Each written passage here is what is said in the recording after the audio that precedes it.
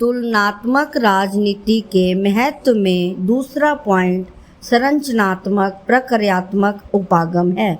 जो ये उपागम दिए गए हैं यह इसका दूसरा पॉइंट है। इसमें संरचनात्मक प्रक्रियात्मक का अर्थ है कि अवधारणाओं की संरचना और प्रक्रिया पर आधारित होना। संरचनात्मक प्रक्रियात्मक उपागम को समझने से पहले इन दोनों का अर्थ समझना पड़ेगा।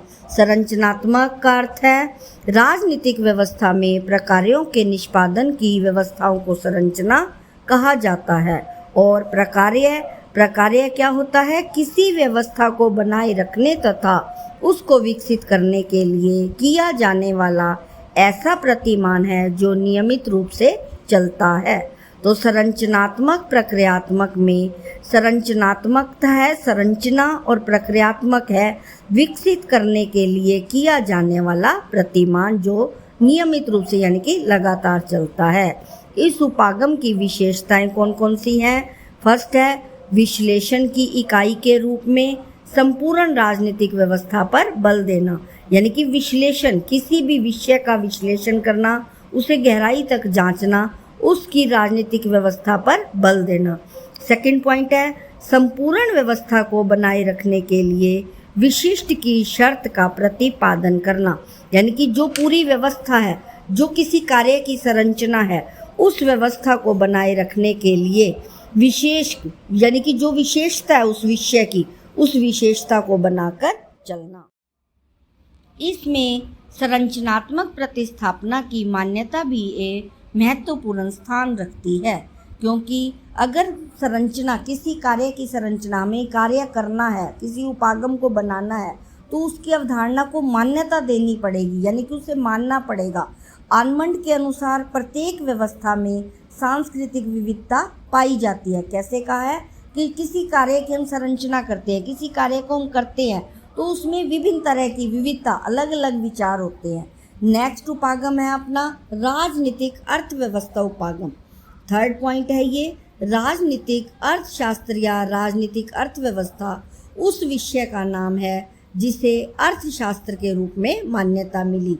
जैसे कौटिल्य का अर्थशास्त्र आपको पता ही है, आपने पढ़ा है फर्स्ट ईयर में कौटिल्य का अर्थशास्त्र, और आगे भी आपने पढ़ोगे डिटेल में। आपको बड़ी क्लासों में जब आप एमए लेवल पे जाओगे तो उसमें अर्थशास्त्र के बारे में जानकारी आपको, कौटिल्य का अर्थशास्त्र जो है वो प्रसिद्ध है अपने इतिहास में। फिर अर्थव्यवस्था से अलग करके राज्य प्रबंध या राजनीतिक अर्थव्यवस्था के रूप में भी यह जाना जाता है। लेखकों में एडम स्मिथ का नाम सबसे आगे है, जिसने अर्थशास्त्र का जनक अपने आप को माना, यानी कि एडम स्मिथ को आधुनिक अर्थशास्त्र का जनक माना जाता है। स्मिथ के संपूर्ण चिंतन की कुंजी एक स्वयं नियमित अर्थव्यवस्था की कल्पना है, जिसे उसने नागरिक समाज की संज्ञा दी है। एडम स्मिथ ने अर्थव्यवस्था को क्या कहा है? नागरिक समाज, यानी कि नागरिकों का समाज। स्मिथ ने विशेष रूप से स्वतंत्रता में निकट संबंध पर बल देते हुए भी तर्क दिया है, और उन्होंने कहा है कि वाणिज्य की वृद्धि से स्वतंत्रता की भी वृद्धि होती है। वाणिज्य को समृद्धि की कुंजी मान सकते हैं, यानी कि अर्थात वाणिज्य से क्या होता है? समृद्धि, यानी कि विकास होता है। ब्रिटिश अर्थवेत्ता डेविड रिकार्डो ने भी अपनी कृति the principle of political economy and taxation, यानी कि राज्य अर्थव्यवस्था और कराधान के सिद्धांत के अंतर्गत राजनीतिक अर्थव्यवस्था के 2 सिद्धांत प्रस्तुत किए हैं। 2 सिद्धांत हैं, अधिशेष का सिद्धांत और मूल्य का सिद्धांत। यानी कि अधिशेष यानी कि कुछ कार्य है जो उसका विशेष रूप है, अधिशेष होता है जो किसी भी विषय का जो विशेष रूप है वो अधिशेष हुआ। और मूल्य का श्रम सिद्धांत, यानी कि जो उस विषय की वैल्यू है, जो उसका वो है स्थायित्व है, उसका श्रम का सिद्धांत, यानी कि जो उसके विशेष रूप जो है, उसके जो भूमिका है उसका सिद्धांत है। इंग्लैंड में भूमि का किराया कम करने के लिए रिकार्डो ने अन्य कानूनों के अनुमूलन की वकालत की है। आगे क्या बताया है? जिससे भूमि का किराया अपने आप नीचे आ सकता है।